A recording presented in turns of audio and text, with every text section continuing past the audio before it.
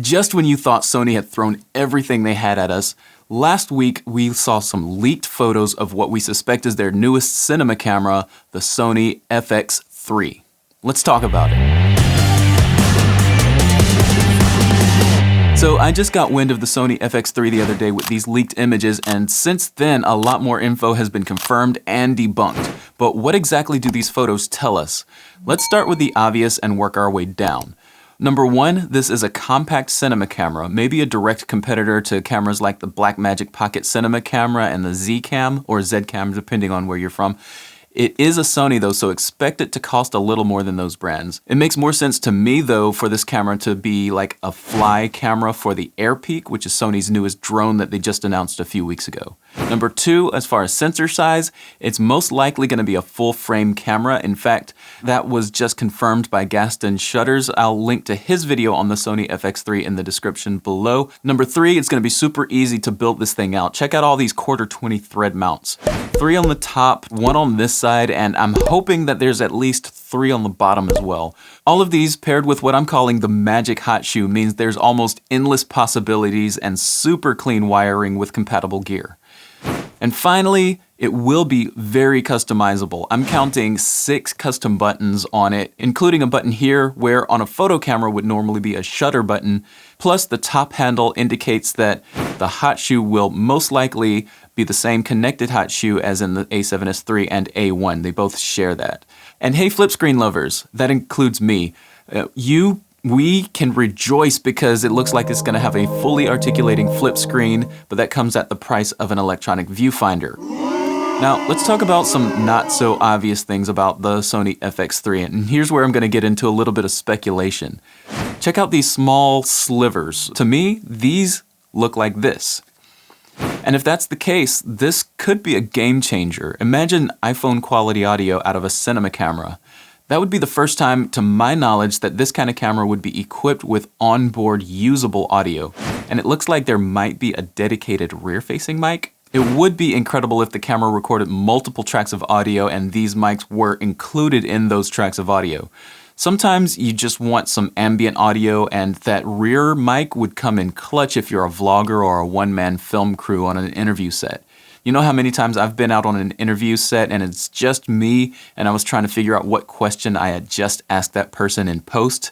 It's almost impossible. To be perfectly clear, I don't expect these mics to be as good as using an external mic like a shotgun or a lav, but I don't think anyone will complain about having usable audio straight out of the camera. And if you're filming nature or general B-roll, you might actually be able to catch some sound effects in the shot as well.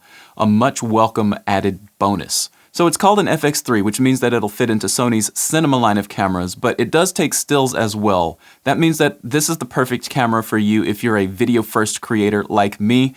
I actually hope that they do try to compete with Blackmagic and Z-Cam on the video side and either offer raw video or a 12-bit video format. That's just a hope that I have, but it does look like we will at least have the option of using the S-Cinetone profile in video.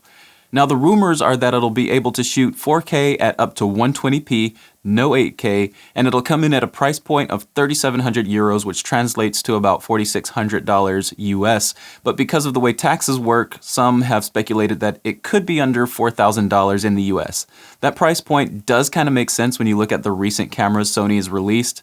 The Sony FX3 is expected to be officially available for pre-order on February 23rd, and if there's a live event, I'm going to stream it right here on this channel, so make sure you subscribe for that so that you're notified. Now this topic, the FX3 and the development of it, is happening so fast. Make sure to subscribe to this channel for updates, but let me give you a list of all of the confirmed specs that I found so far. It'll have a 12 megapixel full frame sensor, won't have any ND filters. It will have a stills mode. It has IBIS with active mode, same NPF-Z 100 batteries as the A7S3. The price is going to be 3,795 euros. It takes CF Express Type A cards, records 4K at up to 120 and not 8K.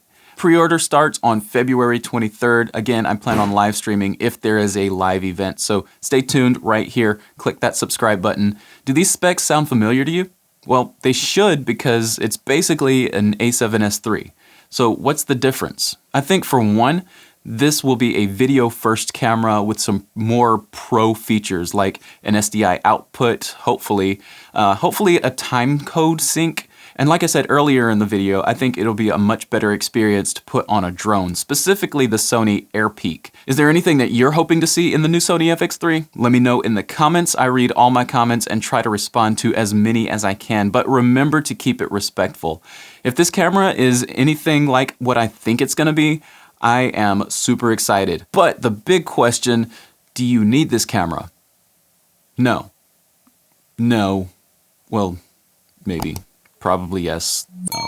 Thanks for watching. My name is Anthony, and I make videos that I hope will teach and inspire you to make better videos. So get out there and create. Seriously.